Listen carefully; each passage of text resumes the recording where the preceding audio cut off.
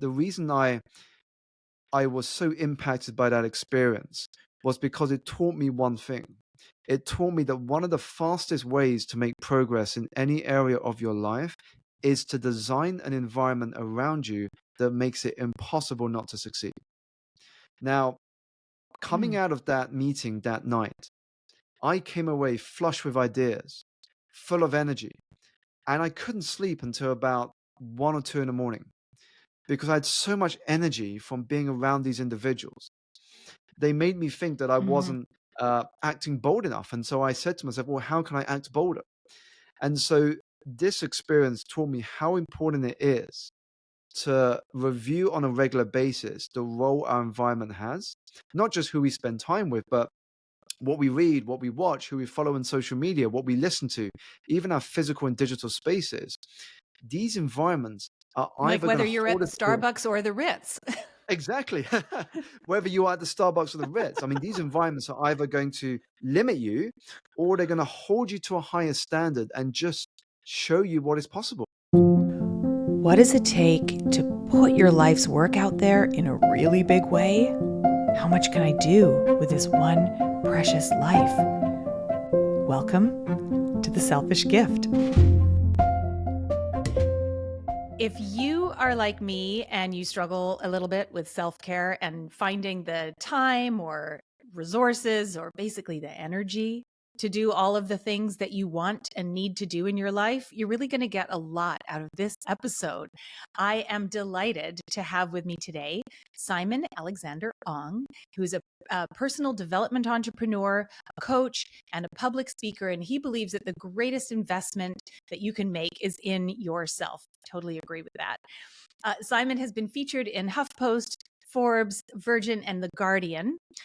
His debut book, Energize, which I have a copy of right here, was published by Penguin in April 2022, and it received endorsements from some of my favorite luminaries like Simon Sinek and Marie Forleo, and also has been reviewed and featured in the New York Times.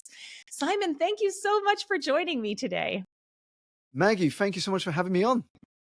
Well, so we're going to talk about energy, which is it's a pervasive thing. It's so much a part of our lives, but it's something that we don't often talk about explicitly. And I think it means different things to different people. You know, when I think about my energy, well, you could be talking about like my vibe, like, oh, she has great energy. Or you could be talking about, you know, like how much is it the opposite of tiredness? I have no energy today. I feel tired. So can you tell me, what do you mean by energy?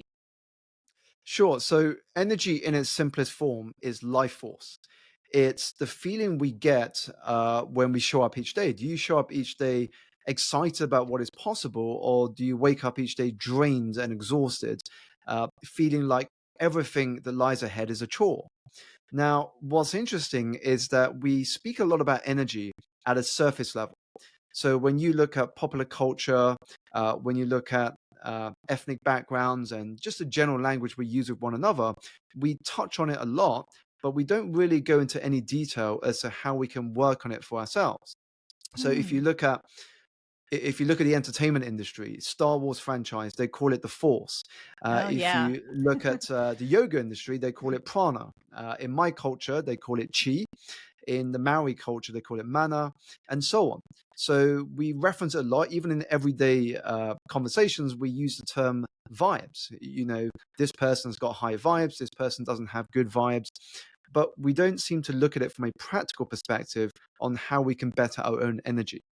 And so the thesis of the book is how energy management, not time management, is the key to productivity.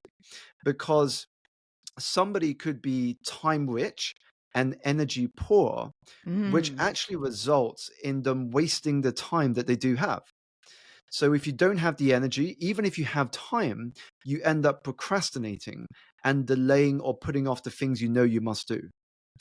And if we look at the opposite scenario, if you are time poor and energy rich, you can get more done in the hours and days than most will in weeks or months. Yeah, that's because the energy you put in is going to be vastly different to when you don't have the energy inside of you.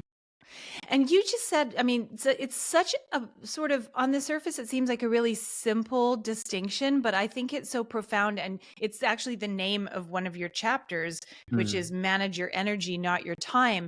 That struck me like a thunderbolt when I read it. yeah. It was really like, how have I been overlooking this? And I think that so many of us, we view these various aspects of self-care and Mm. wellness management, sleep, food, whatever, exercise, relationships. We view them, it almost feels like a checklist of to-dos. And each one of those we can either be succeeding or failing at, but it really all just boils down to energy, doesn't it? Absolutely. I think the big drawback when we focus exclusively on time management is the assumption that our energy is constant throughout the day, week, and month. Right. Because when we manage our time, what often happens is you open up your calendar and then you start segmenting your days and weeks. So you'll say, okay, at this time I'm going to go to the gym. At this time I'm going to work on this project. At this time I'm going to meet my friends. But the thing is, if you're not considering your energy, what if you have a low level of energy at that time, but you still have to do Yeah. the activity because you scheduled it into your calendar?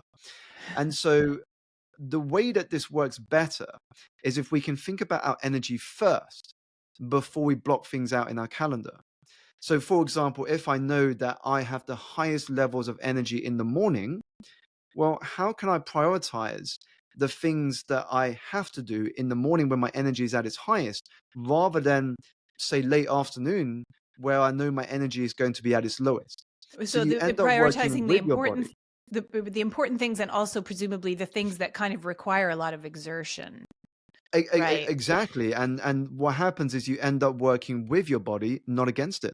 I love that. And it's just, it's so kind of, like I say, so it's one of those like simple, clear truths. Mm. Um, and can I just tell you a little story, that a personal story about that I had Yeah. recently about discovering something about my energy? Because what I love about what you're describing is it's not just about physical like Mm. alertness or pep and vigor, right? You're talking about something that's much more, like you said, prana, chi, the life force. And this has to do with not just, do I feel able to get off the couch, Yeah. but also like, how sort of like alive do I feel in my Mm. cells? So here's my story. It was so exciting. And I'm just so thrilled to have an opportunity to tell you my little story. So I am a person who struggles with energy. I'm a chronic Mm. insomniac. I'm chronically exhausted, and I've been having a hell of a year. So lots and lots of stress, Mhm. et cetera, et cetera.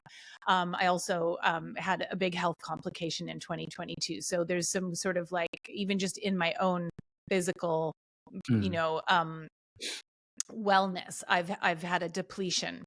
Yeah. So I recently was trying to like do some rehabilitation with my physical therapist, and exercise, the way that I think of it, normal exercise, has been challenging for me. So Mhm. I decided to just try some qigong, and I went, I found some videos that I thought looked good, and I followed the routine. And on Mhm. the surface, it was like, seemed really simple and kind of not Uh-huh. really like a workout. I was like swinging my arms and tapping my meridians with my fists, Mhm. and breathing things, and all this stuff. And then halfway through, I was thinking like, okay, this can't really be doing very much for me. I don't really know what I'm doing here. But I'm like, no word of a lie. At the end of it, I felt like I just closed my eyes, and I felt like cool water was rushing Wow. all through my body. It was Mm. palpable. And at the same time, I had just brought in a new plant into my home. My plants Mhm. struggle because I'm not very good at looking after them because I'm so depleted. But this plant had been dug out of an outdoor garden, and put in a pot to, the Mm. gardeners were giving it away.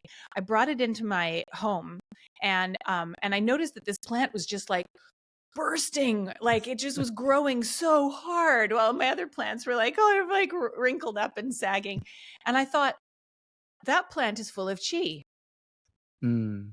And by bringing that plant into my house, I felt like I was getting a hit off of its chi. And I feel like Yeah. even my other plants were getting a hit off of its chi. Like they started to put out leaves and things. It was just, anyway, that was my recent journey with chi. And it was amazing. So I'd love to hear your impressions of my story. Well, first of all, I love that story, Maggie, and I think what you're speaking to is something I talk a lot about as well, is that when we think about energy, too many of us focus exclusively on physical energy. Now, you just have to go and talk to people at the beginning of every new year. And when you hear people's resolutions, chances are that the majority of the resolutions you hear will be associated with physical energy. So things such Hmm. as, I'm going to sign Interesting. up to the gym, I'm going to join a boot camp class, or I'm going to address my nutrition, I'm going to change my diet, or I want to get more rest this year, I want a better work life balance. All of this stuff is to do with physical energy. Yet, physical energy is only one of four dimensions when it comes to energy. So we have physical, which is the most obvious, then we have mental, emotional, and spiritual. And Oh. so when we think about energy, we've really got to think holistically.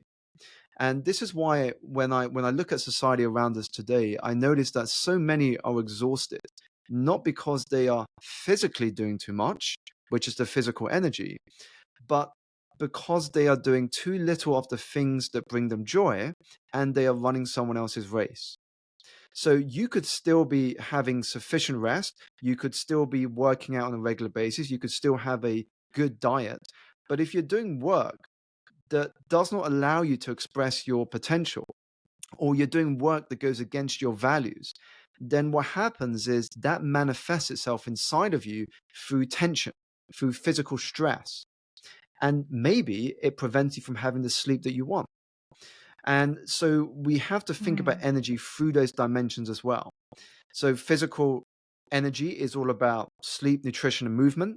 Spiritual energy is about doing the work that makes you feel alive. It's about doing things that are an extension of who you are. When you do that, you experience greater states of flow. You know, when people work on something that lasts hours, but for them feels like minutes, that's because they're doing something that they enjoy. They're doing something that does not feel like work. It feels like fun. And then emotional energy is your relationship with yourself and the relationship you have with other people. That is all about emotional energy. And then mental energy is about your ability to focus and understand how to cultivate a resilient mindset. So when these things are worked on, what happens is you show up with an energy that becomes infectious.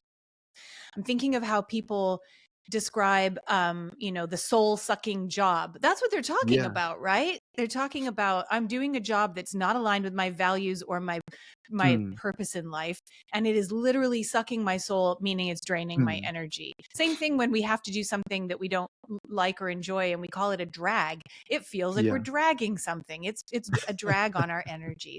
And this is all just like clicking together so it's in such an interesting way. Simon, where did you learn all of this stuff? A lot of this stuff was learned through personal experience. I remember when I started my first job, it was at Lehman Brothers, a year before the financial crisis swept across the planet. And I said to myself, I want to work myself up this ladder. I want to do well in this corporate career. But of course, I didn't know at the time that the financial crisis was going to sweep across the planet, impact all of our lives in 2008. And the company I was working with would go into administration. And so I bounced around a number of different Oh boy. jobs. And one of those jobs literally killed my energy, physically, mentally, emotionally, and spiritually, to the point that I, I was about to lose the relationship I had with my girlfriend, my job, and any hope of a future. In fact, I described this in the very first chapter of my book, about this moment where I'm in the bathtub. I'm trying to avoid having this conversation with my girlfriend, but of course, I couldn't escape it any longer. You know, I grew up in a culture and a community where, as boys and young men, we just had to suck it up and get on with it. We had to toughen up and just understand this is life. And so I grew up in this environment where I wasn't encouraged to share my feelings. I wasn't encouraged to share the challenges I went through or ask for help. And so for the first time in my life, I had this moment where I was given the chance by my girlfriend to open up and to share what was going on in my life. And by doing so, I understood that the first place I had to address in order to change my life around was my physical energy, because it had impacted Mm. all the other important areas of my life. By not getting enough sleep, by not having time to move my body, by surviving on junk food, It meant that I was a very reactive person. I wasn't the sort of man that my girlfriend had initially met. Uh, and I Mm. was going to ruin my career. And so when I had this moment of being able to share a lot of what was on my mind with her, I understood that the first thing I had to do was to quit that job, go to a different job, still within finance, because I didn't know what else I wanted to do at the time, but a job that had kinder hours that would give me back time to address my physical energy.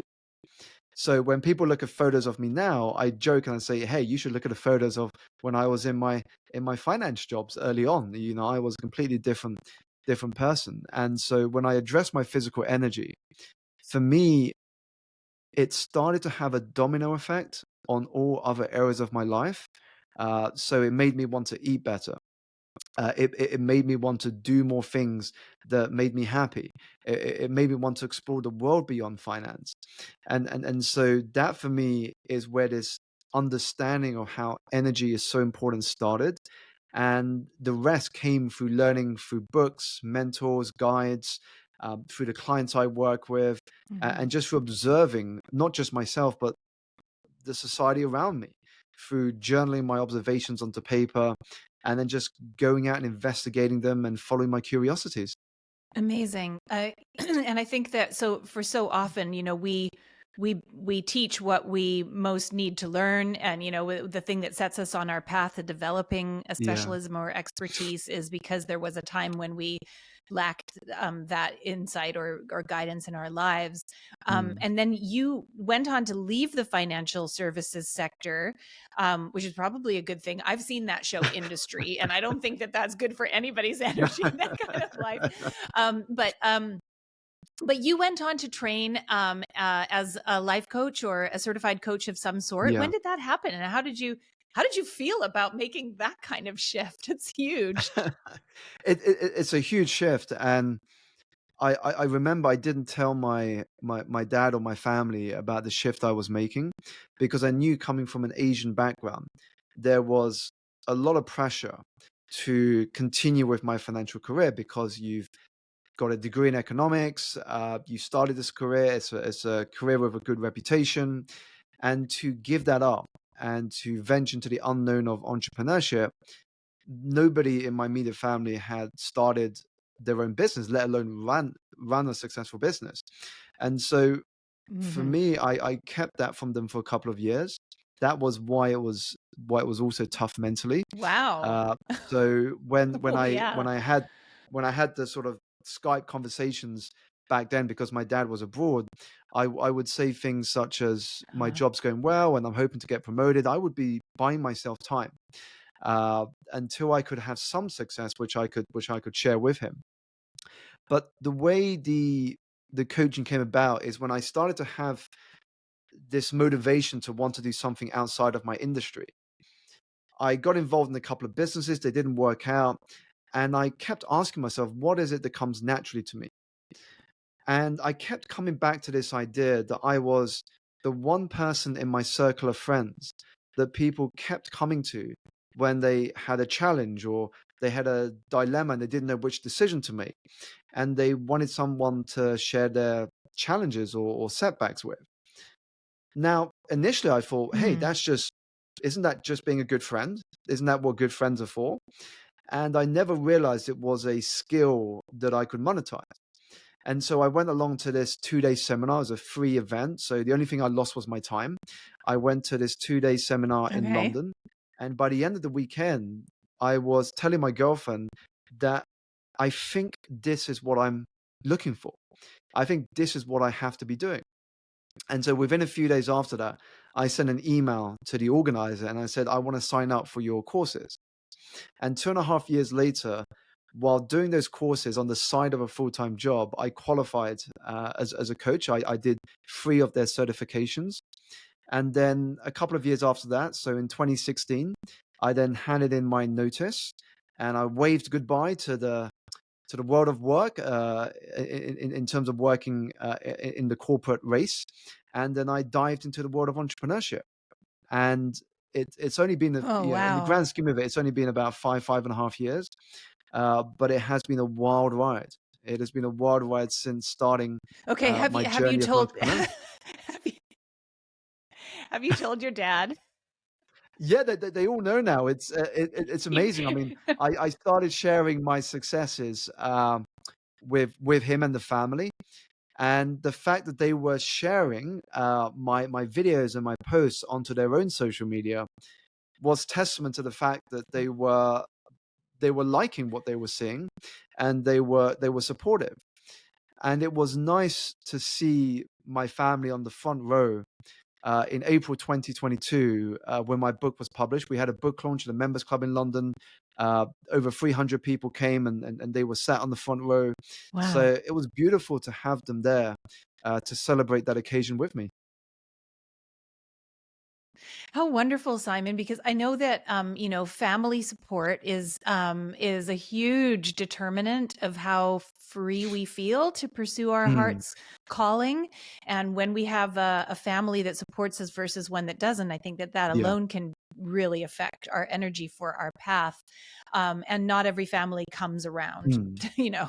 So I'm so glad that yours did, and obviously the fact that you have had success has made it easier for them to endorse your decisions.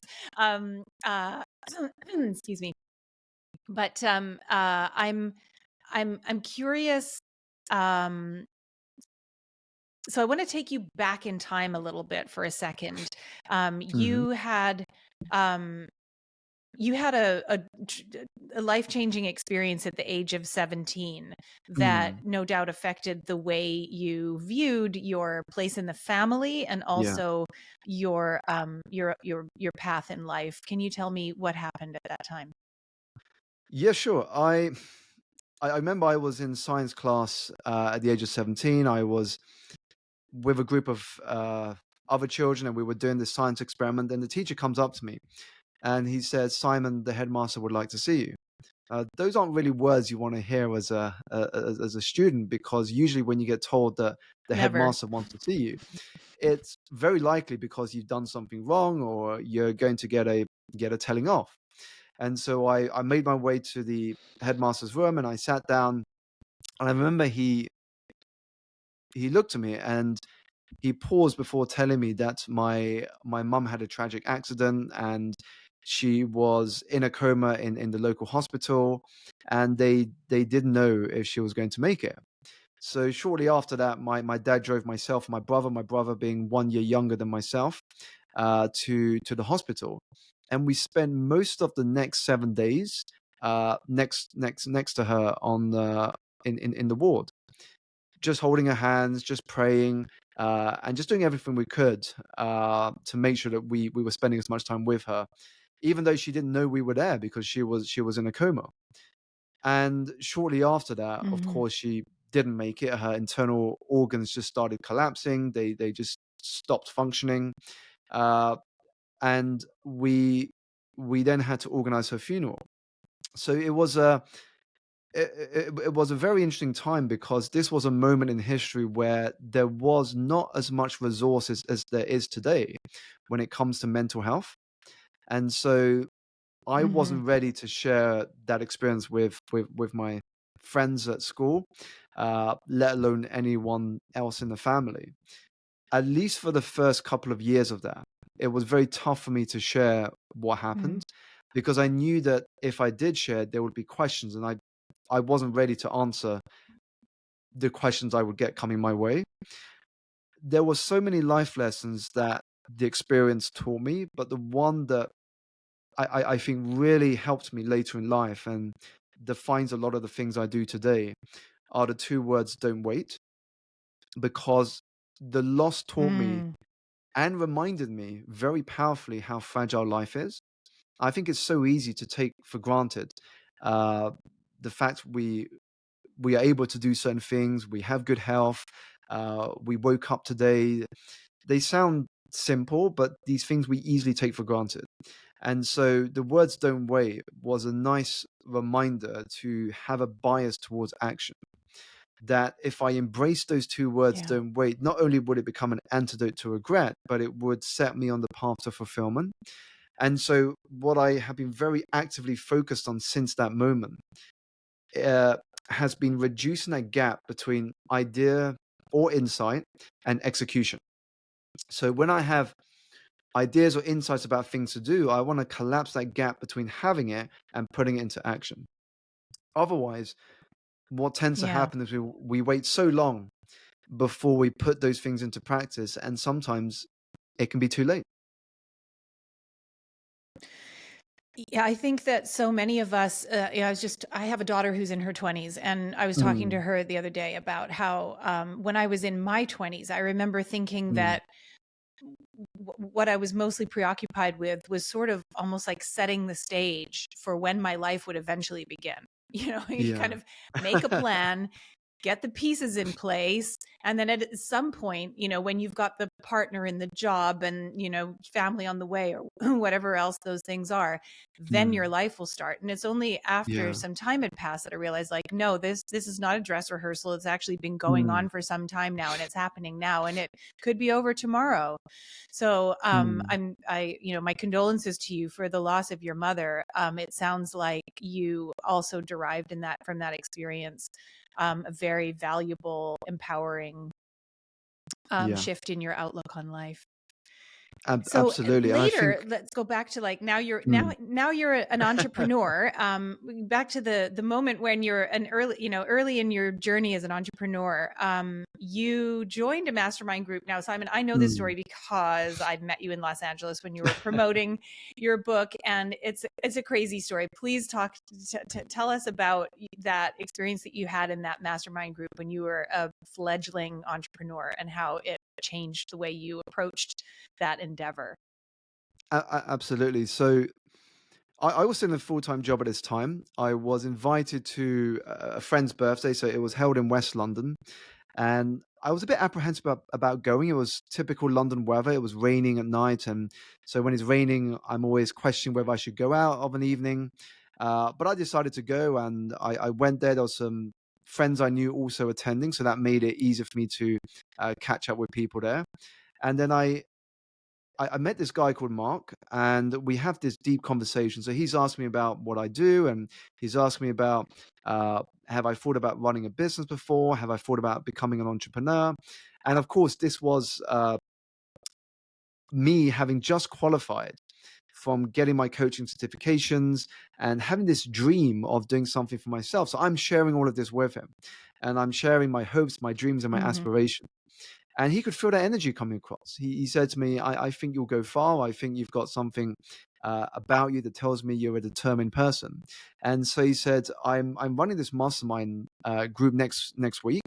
It's in central London, and I'd love for you to come along just to see what you think. Come along, meet some of the people there, and see how you find it.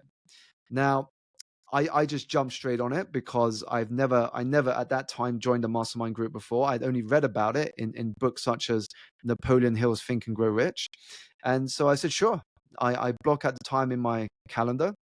And I remember going to Wales Held, which was at the Ritz, which for me felt a bit posh. It felt a bit posh for a mastermind group. I Yeah. was initially thinking we were going to be meeting at Starbucks or something, and just grabbing some coffee and talking about our businesses and how we can support each other. So I go along to this mastermind group, no expectation, and then at the beginning, he gets us all to introduce ourselves. He says, "Let's go around the circle. Each of you just share what are you up to, a bit about your business, and what you're looking for help with."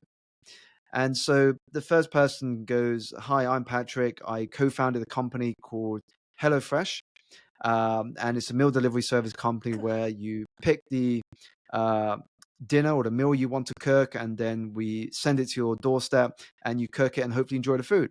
And he said, My former career was as a lawyer, but I quit that because I really enjoy cooking, and this is what I really want to be doing full time." And then I'm thinking, interesting, very impressive. And then it moves to the next person. And the next person says, "Hey, I'm Dominic. I just came back from Los Angeles after picking up an award for my book that I co-wrote. And I'm looking forward to supporting you, but I'm also excited about the next part of my journey because I'm potentially working on some projects abroad in the Middle East and Asia." And I'm thinking to myself, wow, I mean, first of all, these are incredible people. But secondly, more fearfully, what am I going to say? You know, I'm still in the job. I haven't started my business yet. And compared to these individuals, uh, I'm starting to question, why the hell am I here? Why was I invited? Now, Right. it got around to two people before me. And Mark said, we're going to have to pause the introductions for now and come back to them in the next meeting, because we have a table time. So we're limited by the time we have on this table. So we're going to move to the next section. And I was like, phew, I was saved by the bell right there from having to introduce myself. I mean, I still had to introduce myself the next week, uh, but I was Yeah. saved at that moment. But the reason I was so impacted by that experience was because it taught me one thing. It taught me that one of the fastest ways to make progress in any area of your life is to design an environment around you that makes it impossible not to succeed.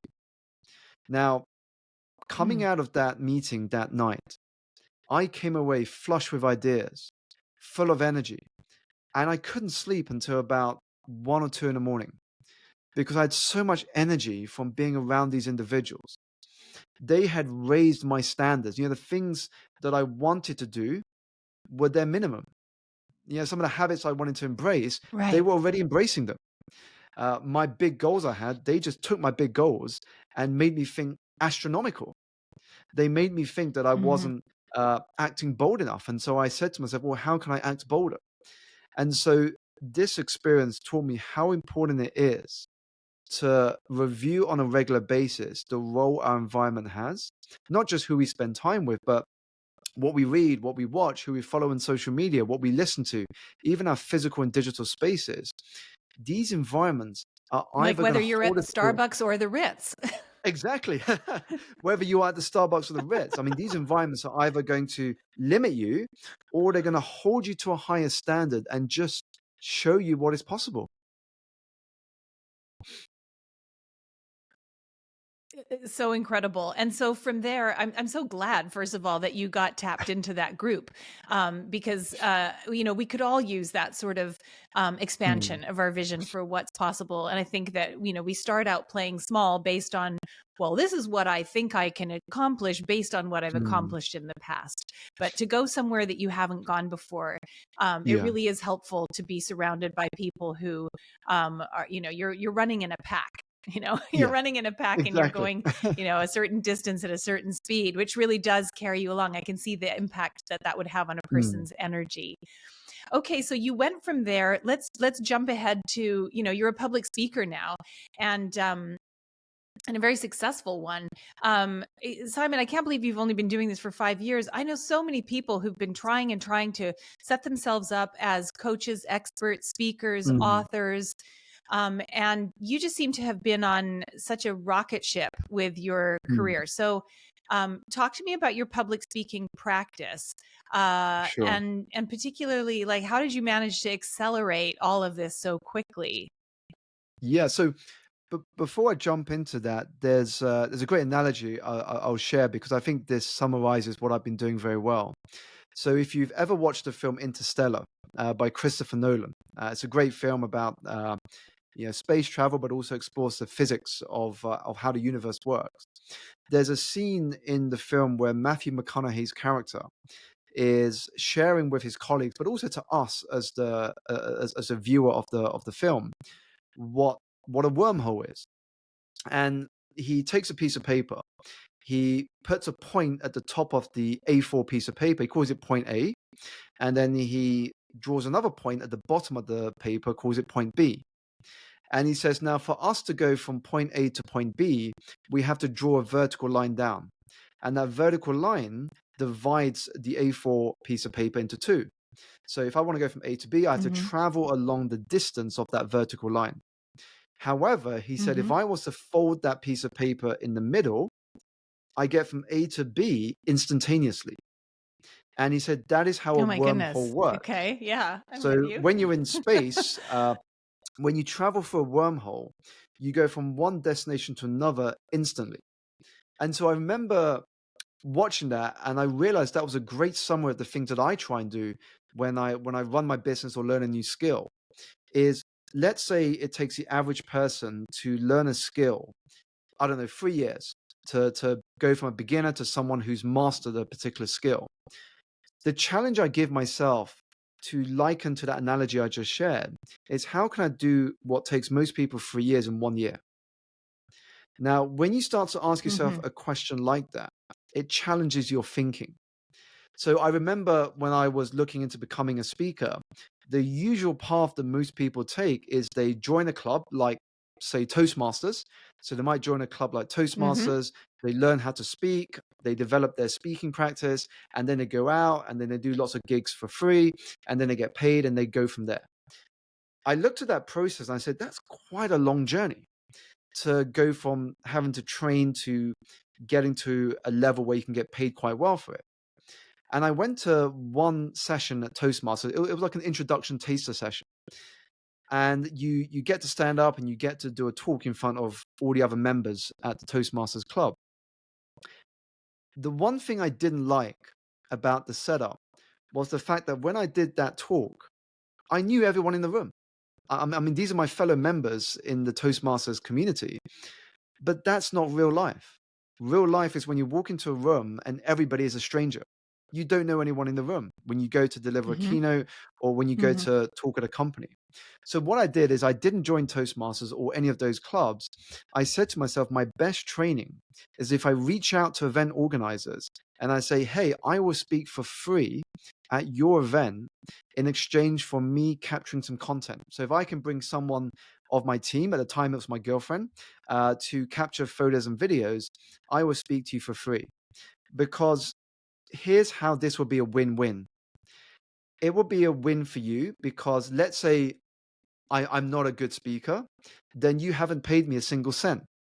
But if I am a good speaker, then your audience will enjoy it and you will benefit because they will wanna come to more of your events. So that's what I started to do is I just reached out to event organizers and I said, hey, I'll speak for you for free in exchange for a testimonial and if I can capture some photos and videos. Yeah. That's a very bold move. It takes a ton of courage, and I can just Mm. hear the imposter syndrome rising up behind everyone who's listening. Would we have the guts to sort of put ourselves forward that way? But also, Simon, I don't think that doesn't sound terribly easy. Like they're probably inundated with lots of offers to speak for free. And how did you persuade them to take a chance on you, completely unknown? I mean, they still have an event to deliver. So Yeah, I don't even I think the I think that doesn't even sound like the easiest shortcut, frankly. I think for me It- is I started small. I didn't go for the big events. I went for like smaller local events where it wasn't a huge crowd, okay. so it gave me the safe space. In the same way that comedians, well, I don't know, do some small gigs locally to test out their material before they Hmm. do the big event at the big conference center or the big auditorium. They always do these small events first so they can test their material. So I did it like that. I just went to some small local events. I approached the organizers, and that's how I began. And what I learned over time, Amazing. which is one of the most powerful things when it comes to speaking, is you never know who is in the audience. So you go, you do your thing, you deliver a great talk. One person in the audience who really enjoyed it could be just the person who could refer you to the next opportunity, who could introduce you to someone who can get you booked somewhere else. And that's what I found very And quickly. this did happen for you. And Yeah. this did happen for Mm. you, and I believe it was your speaking that led to your book directly, right? So, Mm. this is such a fascinating conversation. We could go on for hours, but I definitely want to make sure that we pivot and talk about your journey as an author into authorship. Tell us how that came about. Sure. So speaking did play a big part. So through my speaking, I then got invited to the BBC and Sky News, which is a national news channel here in the UK, to be interviewed about my work, but also my insights. And that gave me lots of content to then share on social media. And I remember a friend of mine had a book deal with Penguin, which is the publisher that published my book Energize. And so what I did is I saw that this friend of mine tagged lots of people on LinkedIn. So these were the people that worked at Penguin. And so I just reached out, I added them as a friend on LinkedIn, And I said, hey, maybe it's a sign from the universe that it's my time to write a book. Maybe I've got to start writing a book or thinking about writing a book now. And so I started going to these book launch events of other authors. And I would, as best I could, sit at the front or as close to the front, because it would increase the probability that I could get to meet the editors, people from the publishers, but also the team of the authors. And so I just started building out these relationships with people in the publishing industry. And then I started messaging them on LinkedIn. So once they had a chance to look at my content, so we connected on LinkedIn and they started looking at my profile, I then started sending messages out, which were very bespoke. It wasn't like a vague email that was sent to 100 publishers. It was Hmm. bespoke messages sent to a few people that really showed them that I wanted to work with them. And out of the people that I sent messages to, Penguin was the only one that replied. And they said, "Hey Hmm. Simon, would you want to come to our offices to have a conversation?" And that was in January 2020. And I knew that if I had the opportunity to go to their office and they could see me in person, they could hear my story, they could hear what I want to talk about in the book, then that energy would And carry then me feel through. your energy. Yeah. Indeed, they could feel my energy, they could feel the passion, they could feel how motivated I was to make this happen. And so it took about 4 or 5 months of back and forth. And then, of course, we had to do the book proposal before they sent me a message back and said, hey, we would like to make this happen. And before I knew it, I was signing contracts to become an author with them. Incredible. Incredible. So had you done much writing before? How did you get the manuscript out? So the reality is, I hadn't done much writing before. The longest thing I'd written before was a newsletter or a social media post. So to go from that to 65,000 words was a huge jump. It's a big jump in terms of the length of writing. And at the time I got the deal, I hadn't even written the book. I had just because with nonfiction, it's more about the idea, it's more about the structure. What are you going to talk about? And then once you get the deal, you start writing. Uh, for me, it Hmm. was one of the most challenging times of my life. Not because writing a book isn't a challenge, especially if you haven't written one before, but because I was doing this in the background of the COVID pandemic, and having Mm. given birth to our first daughter, our first child. So she's a COVID baby. She was born in April Oh. 2020. And then also having to pivot my business because, of course, a lot of what I do is public speaking. And in the first few months of the pandemic, uh, all events got It went cancelled. away. Yeah, all those events went away, at least for the Right. first few months before everybody switched to digital events.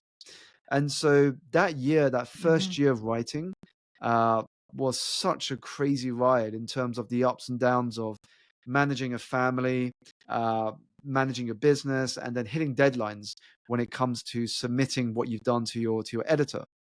Uh, Hmm. it was tough, but I think it made the book what it is as well.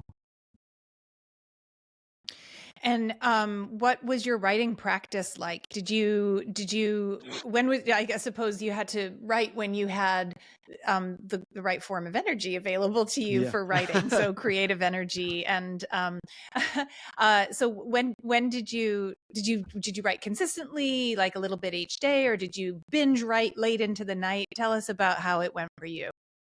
Yeah, so I would say it was more consistency over intensity, because initially I had this idea that when my side of the family came to London, when my wife's American, so her family are in New York, when they came to London, they could help with the childcare, they could help support us. So I had the time to just focus purely on the writing.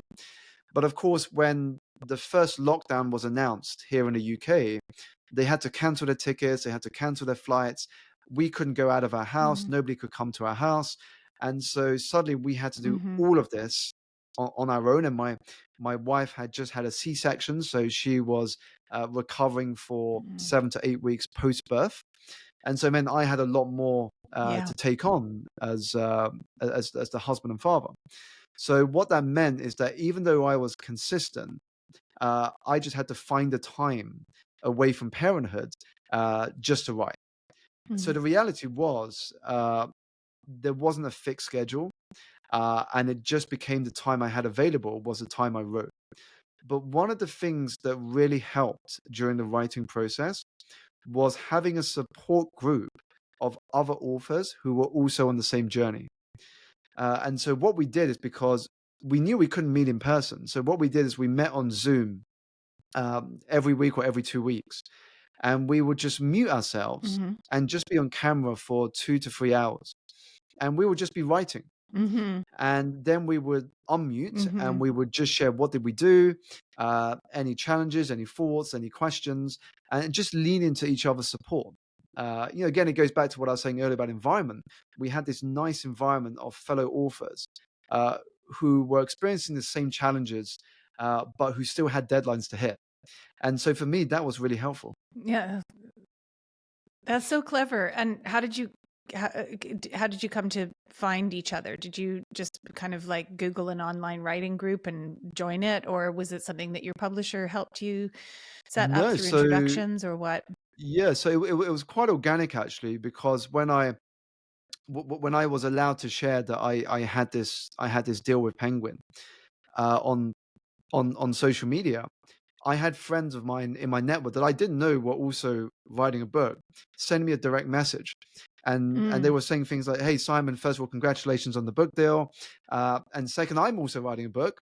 Why don't we find some time to catch up, and maybe we can kind of support each other as we go on this journey." And I had about 6 or 7 messages like that. And I said, "Hey, why don't we just create something together where we can just jump onto Zoom, because Oh, great. we're all at home anyway, and we've got an abundance of time now that we can't go out and we can't travel. So why don't we use this as a forum for writing our books, learning from each other, and just helping where we can."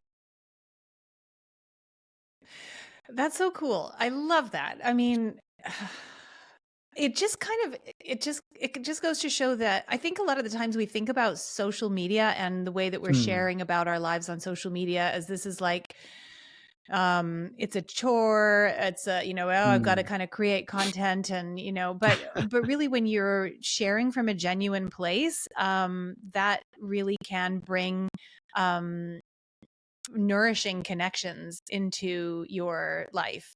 You're talking mm. about what you're doing because you're excited about it, and you're not being, I guess, like not hoarding Yeah. your the details of your life. um, I want to ask you, Simon, about the coaching space, the coaching Mm, slash author slash speaker space sure. that you're in. Lots of people want to do it. Obviously, like Tony Robbins was like the Mm, granddaddy of that. He basically invented that as a yeah. sort of a profession. And there have just been thousands and thousands and thousands of Mm, entrants into that space. As a book publisher, meet a lot of people who want to yeah. build a career like yours. And one of Mm, the things that they can struggle with, aside from just the kind of like the confidence and the sure. strategy, things that you've addressed in our conversation already, one of the things that they can struggle with sometimes is differentiating themselves, finding a Mm, niche that feels mm. authentic and then sticking with it. How not to be sort of saying the same positive messages, motivational, blah, blah, blah, we've heard all before. What advice would you have for someone who's trying to figure out what is distinctive and fresh about what they have to say? I would say, and this is going to be cliche, but I'll expand on what I mean by this, is to lean into what makes you you. Now, what I mean by that is what makes you you is your story. It is your journey. It is your origin.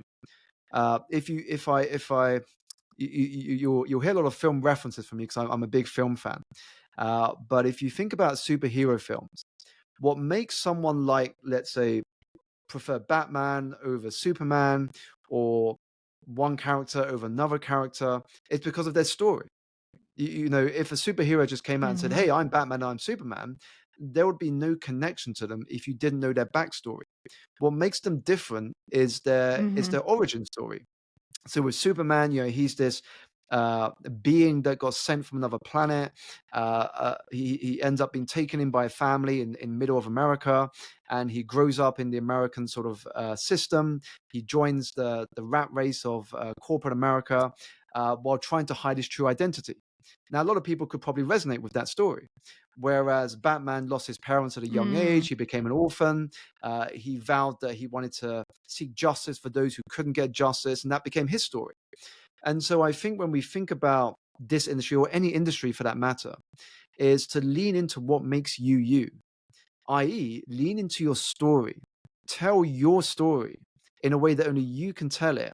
And that will draw people into being part of that world. They will hear your story, and the people that resonate with it will say, "Hey, can you teach me or guide me to do what you did? Can you teach and show me how you navigated out of that and created your path in life?"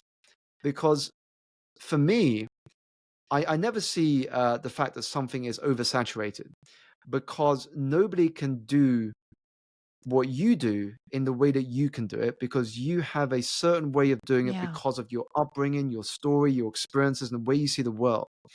And so if you can communicate that Hmm. in a way that engages people, that's how you differentiate yourself. I think that's so powerful. And what it's reminding me of is something, I mean, I think I've experienced in my own life as I've walked through my Mm, decades, um, is that process of identifying what makes you unique and then leading with that. yeah. You can only do that to the degree that you are comfortable in your own identity, that you accept Mm, and love yourself, that you validate where you've come from. And I think that when we have, like, I don't know, yeah, I could use the word trauma, or if we have other sorts yeah. of, I don't know, parts where we're feeling not quite reconciled with who we are, then people Hmm. try to approach being a coach or an author or an expert as they're putting on a mask, and they're trying to figure out what Mm. is the most popular, exciting, attractive mask going to be. But they're, perhaps experiencing personal shame about their actual origin story or their actual Mm. personality or values or interests, and that just does not work. Yeah. And it's only when you, like, I mean, for myself as a writer, I write personal stuff too. My stuff is super personal. It's Mm. not, it's a lot of it's gritty, it's dark. Mm. And frankly, until recently, I would have been too, I guess, tangled up in my own emotions to Yeah. share it publicly. But once you sort of like make friends with yourself and you're like, no, this is who Mm. I am, I'm not going to pretend to be someone else, Yeah. that becomes that superhero superpower that you can unleash on the world, Ab- which Absolutely, and this is where authenticity shines. You talk about when yeah, you write, yeah, you write from a very personal place, and it's the same with me, because I find that vulnerability is the path to connection. So if we want to connect with people, whether right, that is through a conversation, whether we're speaking to an audience on stage, the way we connect is through our vulnerabilities. Because when we can share our right. vulnerabilities in an authentic way, it tells people that we are human just like you. And so when I share my journey, I always like to share the gritty stuff as well. And so I'll say things such as, "You fear rejection. I still also get rejected today.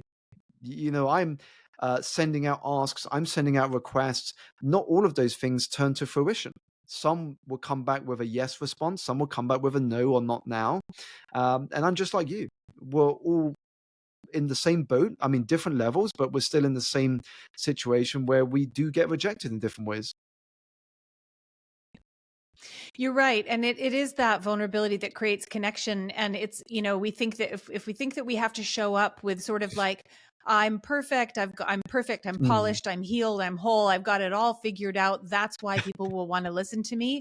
I mean, there's an mm, element of, yes, you have to be yeah. authoritative in what you're teaching, but that doesn't mean being a bulletproof, Mm, kind of non-human kind of entity. All right. In the time that we've got left, Simon, I would love to hear you walk us a little bit through your marketing activities around the book. You and I, before sure. we started this interview, we talked a little bit about you employed some really scrappy techniques to get the Mm, word out yeah. that were sort of cost effective. Tell us what advice you would share, or in fact, just what you did to market your book. Absolutely. So first of all, when you market a book, you have to keep in mind that if you just keep putting out posts on social media along the lines of buy my book, buy my book, buy my book, it's coming out at this time, people become immune to that sort of marketing. So, what you want to understand is that when it comes to marketing, you want to embrace a terminology called UTP. Now, UTP stands for unique talking points. Because we live in a social world, whenever you put a bit of marketing out, there has to be some unique talking points that makes people want to share it. Otherwise, there's going to be no engagement. People aren't going to talk about it and people aren't going to share it. So, what I did when it came to my marketing is I looked at my network and I said, who do I know in my network that does very different things to what I do, but where there could be a collaboration of us giving birth to something original that would get people's attention centered around the book. So, for example, in my network, I knew a bartender who heads up the bar at a hotel in London called the Connaught. And so I approached him for a catch up. We sat down and we brainstormed some ideas of how we could collaborate. And we came up with this idea of him designing a cocktail called Energize and us shooting the video of him making this cocktail and marketing it so that people who went to the bar and ordered the energized cocktail could get this drink mixed for them and also presented on a signed copy of my book. Now, the reason that was a great idea and it really spoke to this idea of unique talking points is because when people had that drink, they were taking photos, they were taking videos, they were taking selfies. And so naturally, they were inclined to share it without being told. They were naturally in this state of mind of wanting to share what they had experienced. And then in the build up to the launch of the book, another friend of mine is an investor in some startup tech companies. And so he said, one of my clients does a lot of work in the metaverse, and they just did some work with London Fashion Week of doing a London Fashion Week catwalk, but in the metaverse, in the virtual world. And he asked me if I'd thought about doing a book launch in the metaverse. And I hadn't up until this point. And I said, why don't we do this? Let's do a book launch in the metaverse. And it became one of the world's first book launches in the metaverse. And I had emails and messages from journalists and editors. They were saying to me, how do I get a ticket to this? How do I get my name down to experience this event? And again, it made people want to talk about it. Again, going back to this idea of UTP, how can you integrate UTPs into your book marketing strategy so people can't help but want to talk about what you're doing? And just to throw some other ideas out there to stimulate the listener's imagination, you can look at something that works in one industry and you can ask yourself, how do I bring that into mine and give it my own spin so that it becomes a bit of fun? So I remember looking at the experience of going to the cinema. And before the main feature comes on, you have a series of trailers. And if the trailer did its job, you would be saying to yourself or your friend or your partner, we've got to come back when the full film gets released. So what I wanted to do is take that idea and instead of having a film trailer, have a book trailer. And so we brought one of my friends along to capture video of my book being printed, of me doing talks, of me doing some signings. And we put this book trailer together. And instead of the line at the end, coming soon to a cinema near you, it was coming soon to a bookstore near you.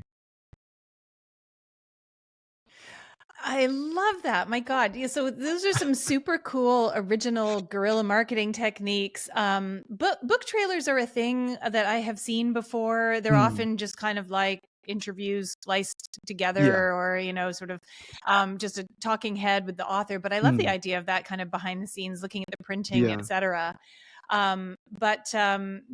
But especially you're kind of thinking outside the box in terms of connecting with like a bartender and in the metaverse. Yeah, that's got to be a first. That's super inspiring, Simon.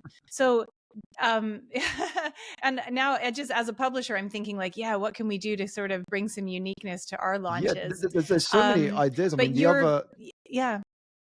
other two I was going to share is that one I did at the end of last year was I partnered with an artist. And she's well known here in London because her work gets hanged up at the lobbies of luxury hotels. And so she designed an original piece of abstract art inspired by my work. And we filmed the unveiling of this piece of art, which was called Energize, which was inspired by my work. And the way that that piece came about is that I had this energy reading. So she did an energy reading on me to gauge the colors of my energy. And then those colors informed the piece of art that was then put together. And later this year, I'm looking to meet a chef who does some very creative pieces when it comes to preparation of a meal, but also the presentation of a plate. And we're looking at imagining what would the journey of my book be like if the medium of travel was through food rather than through reading a book. So Wow. how could we take a diner through the concepts of my book, but through the medium of food, not through a book? I I my brain goes in 1,000 directions. That's so interesting. That almost sounds like performance art. That is Yeah. really, really fascinating. Well, Simon, you have so much energy for this. It's really, really inspiring to be in your presence and to hear you talk about how you have approached this career path, and the strategies that you've employed to accelerate your progress. It's really, really inspiring. Where can people learn more about you? Can they work with you in any capacity? Do you have any programs you want to talk about? Mm. Plug your stuff. Thank you, Maggie. So yeah, best way to find me is on social media. I'm on all the major social media platforms. The two I use the most are LinkedIn and Instagram. My handle on Instagram is at Simon Alexander O. If you like some of the stuff you've heard today, I send out a weekly newsletter, which you can sign up to on my website. And if you enjoyed Energize, if you have happened to come across my book and have read it already, I also have a audio course, which you can check out on my website, simonalexanderong.com. It's a company I partnered with in America, actually, where when you sign up for this 30-day audio course, you get me speaking to you directly into your phone every day for 30 days. So when you start each day, Oh, you'll get an wow. audio message from me into your WhatsApp or your SMS. And I'm just helping guide you through how to live a more energized life. Oh, amazing. Thank you so much. And I'll put the links in the show notes too, but it's always very helpful to hear them spoken aloud. Simon, you are such an inspiration. I learned a lot from you today, not only about how to support, my best energy and energetic Hmm. state, but also, how to accelerate a career in an authentic Hmm. and powerful way. So, yeah, thank you so much for joining me. My pleasure, Maggie. I really hope this conversation has inspired you to give so much of your gift to the world that it expands you into your greatest possible version of yourself. Remember, it's not selfish just because we also benefit from it. And here's where I get to make a selfish request. New podcasts need all the help they can get. If you enjoyed this episode, please rate the show and subscribe to us on your favorite platform. Don't forget to follow us on Instagram at Selfish Gift Podcast. And send me a DM. I'd love to hear how you're sharing your gift with the world.